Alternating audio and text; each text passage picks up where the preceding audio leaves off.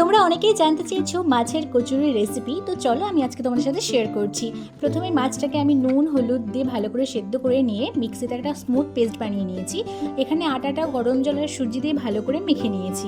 তারপর আমি কড়াইতে নিয়েছিলাম সাদা তেল, তার মধ্যে দিলাম পেঁয়াজ কুচি আর লঙ্কা কুচি। এগুলোকে একটু ভেজে নেওয়ার পর আমি এর মধ্যে অ্যাড করলাম রসুন আর আদা বাটা, সেটাকেও ভালো করে একটু কষিয়ে নিয়েছি। তারপর অ্যাড করলাম হলুদটা অ্যাড করার পর ভালো করে মিক্সড করে নিলাম।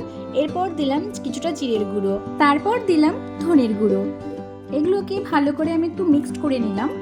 তারপর দিলাম পরিমাণ মতো লবণ। এরপর দিয়ে দিলাম মাছের পেস্ট, সেটাকে ভালো করে কষিয়ে নিয়েছি। একটু শুকনো শুকনো হয়ে আসলে এটা আমাদেরকে নামিয়ে নিতে হবে। দেখো ফাইনালি আমাদের পুরটা রেডি। এবার লিচি বের করে এর মধ্যে অ্যাড করে দিতে হবে পুরটা দেওয়ার পর ভালো করে কিন্তু মুখটা বন্ধ করে রাখতে হবে। এরপর খুব আস্তে আস্তে এটাকে বেলে নিতে হবে, তারপর গরম তেলে ভেজে নাও, তাহলেই দেখবে ফুলকো ফুলকো কচুরি রেডি।